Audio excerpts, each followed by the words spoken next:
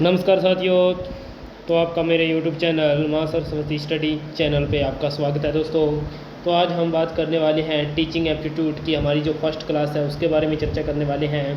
तो माँ सरस्वती का नाम लेकर आज हम इस क्लास का अध्ययन करते हैं दोस्तों, और हम UGC नेट में क्या है सक्सेस होंगे, और दिसंबर जो 2025 है हमारा जो नेट है वो क्या है क्वालिफाई होगा दोस्तों। और इसके साथ हम क्या है JRF भी करेंगे दोस्तों। तो बढ़िया रैंक के साथ हम JRF क्लियर करेंगे। तो आप बने रहें मेरे साथ और विस्तार से। और अगर वीडियो क्लासेस अच्छे लगे तो चैनल को सब्सक्राइब कर लें दोस्तों, और शेयर करें ज़्यादा से ज़्यादा। ठीक है दोस्तों। तो हम बात करते हैं टीचिंग का कॉन्सेप्ट के बारे में, पता करते हैं कि टीचिंग क्या है। टीचिंग एक ऐसा प्रक्रिया है जिसमें शिक्षक जानकारियाँ, कौशल और मूल्य विद्यार्थियों को समझाने और सीखने में मदद करता है ताकि उनके व्यवहार और सोच में सकारात्मक बदलाव आए। यह एक संगठित और उद्देश्यपूर्ण गतिविधि है जो ज्ञान, कौशल, ज्ञान अर्जन और सामाजिक मूल्यों के विकास के लिए की जाती है। टीचिंग का उद्देश्य केवल जानकारी देना नहीं, बल्कि छात्रों को इंटेलेक्चुअल, इमोशनल और सोशल डेवलपमेंट को भी प्रेरित करना होता है। इसमें जो कॉन्सेप्ट बताया है, अर्थ बताया कि दोस्तों टीचिंग का अर्थ ये नहीं कि ओनली ज्ञान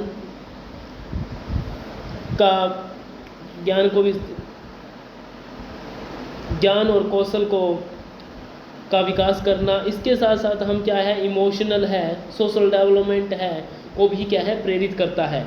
ठीक है। अब टीचिंग के उद्देश्य क्या है? टीचिंग के उद्देश्य हैं दोस्तों ज्ञान और कौशल देना। क्या है दोस्तों? ज्ञान का विकास करना, कौशल का विकास करना, ये उसका उद्देश्य है। विद्यार्थी के सोचने, समझने और समस्या सुलझाने की क्षमता को विकसित करना। टीचिंग का उद्देश्य क्या है? विद्यार्थी का सोचने का तरीका, समझने का तरीका, समस्याओं को सुलझाने की जो क्षमता है उनको विकसित करना, यही क्या है टीचिंग का मुख्य उद्देश्य होता है। ठीक है। फिर है नैतिक मूल्यों और सामाजिक आदर्शों का विकास करना। नैतिक मूल्यों हैं, सामाजिक आदर्शों को विकास करना, हमारे देश से जो प्रति है देशभक्ति को जागृत करना, ये भी क्या है कि टीचिंग का के प्रति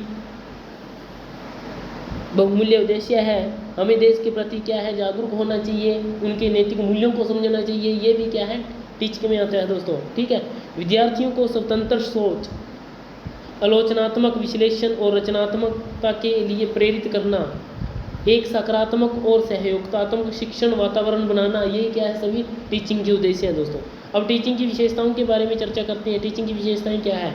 यह क्या होता है लर्नर सेंट्रल हो सकती है। क्या हो सकती है? लर्नर सेंट्रल हो सकती है, अधिगम केंद्रित हो सकती है। ठीक है दोस्तों। यह संवादात्मक और सहयोगात्मक होती है। क्या होती है ये? संवादात्मक और सहयोगात्मक होती है।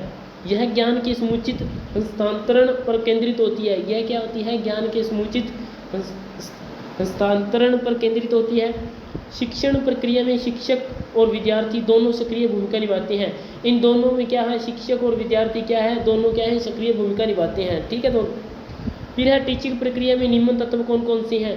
टीचर, शिक्षक, लर्नर, विद्यार्थी, कंटेंट, विषय वस्तु, मेथड, शिक्षण विधि, मीडिया, शिक्षण माध्यम, इवोल्यूशन, मूल्यांकन, ये क्या है इसके टीचिंग के मुख्य तत्व है। और इनका हमें एक एक करके इनके बारे में थोड़ी थोड़ी बातें जान लेते हैं दोस्तों।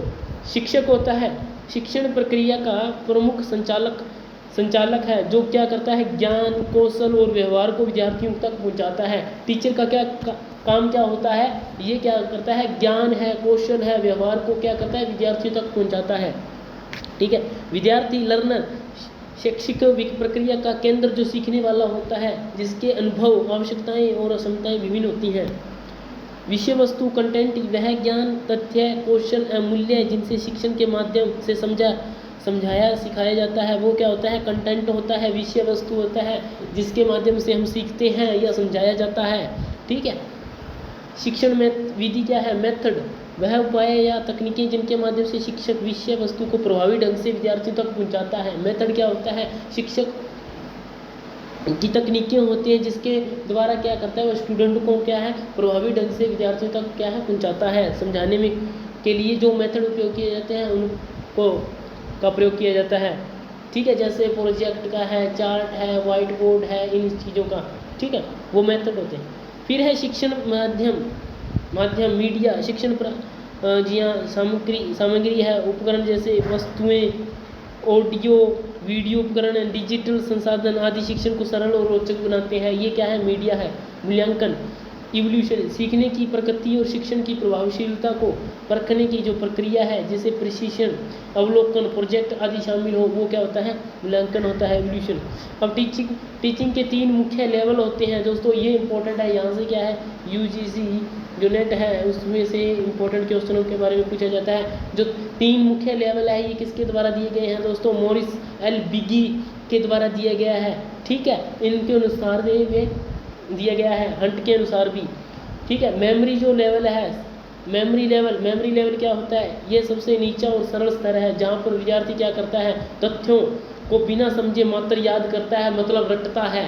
ठीक है, या टीचर उस टाइम क्या है, स्टूडेंट को क्या है, मतलब कोई भी जैसे चीज़ें क्या है रटवाता है, या स्टूडेंट खुद रटता है, वो किस में आते हैं, मेमोरी लेवल में आता है। क्योंकि इस टाइम क्या है, जो स्टूडेंट्स है, लर्नर का क्या है, दिमाग क्या है, विकसित नहीं होता, सोचने समझने की इतनी शक्ति नहीं होती, इसलिए वो हर एक चीज़ों को क्या है, रटता है, फैक्ट को रटता है। ठीक है, शिक्षण इस स्तर पर केवल रोट लर्निंग या मेमोराइजेशन किस तक सीमित होता है। शिक्षक की भूमिका मुख्य होती है और विद्यार्थी पैसिव होता है। इसमें क्या है, शिक्षक की भूमिका क्या होती है, एक्टिव होती है, और विद्यार्थी क्या होता है, पैसिव होता है। ठीक है, और ये जो मेमोरी लेवल है इसका डेवलपमेंट किसने किया था दोस्तों, इसका डेवलपमेंट हर्बर्ट द्वारा किया गया है। किसके द्वारा, हर्बर्ट द्वारा। ठीक है दोस्तों, हर्बर्ट द्वारा किया गया है। इसमें जो सोच विचार कम होता है, इसमें क्या होता है, सोच विचार कम होता है, और यह कॉग्निटिव स्तर पर प्रारंभिक चरण है। ये क्या होता है, प्रारंभिक चरण है। ठीक है, उदाहरण, शब्दों को रटना, तारीखें याद करना, ये क्या होता है, रटना है, फैक्ट को रटना, ये किस में है, मेमोरी लेवल में। और मेमोरी लेवल किसके द्वारा दिया गया है, हर्बर्ट द्वारा। और जो मेमोरी लेवल है, रिफ्लेक्टिव लेवल है, और अंडरस्टैंडिंग लेवल, ये तीनों किसके द्वारा दिए गए हैं, ये बिगी द्वारा दिए गए हैं, ये आपको याद रखना है। अब बात करते हैं अंडरस्टैंडिंग लेवल। अंडरस्टैंडिंग लेवल दोस्तों ये मॉरिसन द्वारा दिया गया है। किसके द्वारा, मॉरिसन। ठीक है दोस्तों, मॉरिसन द्वारा दिया गया है। यह मध्य स्तर है जहाँ विद्यार्थी क्या है, तथ्यों के बीच संबंध समझता है। पहले तो वो मेमोरी लेवल में क्या है, तथ्यों को रटता था, ठीक है, उनके फैक्ट को रटता था। अब वो क्या है, उन तथ्यों के बीच के संबंध को क्या है, समझता है। ठीक है, जैसे प्रिंसिपल है, कॉन्सेप्ट को ग्रास्प करता है। शिक्षक विद्यार्थियों को समझने, बुद्धिमानी से प्रस्तुत करने और उनके विचारों को विकसित करने में सक्रिय होता है।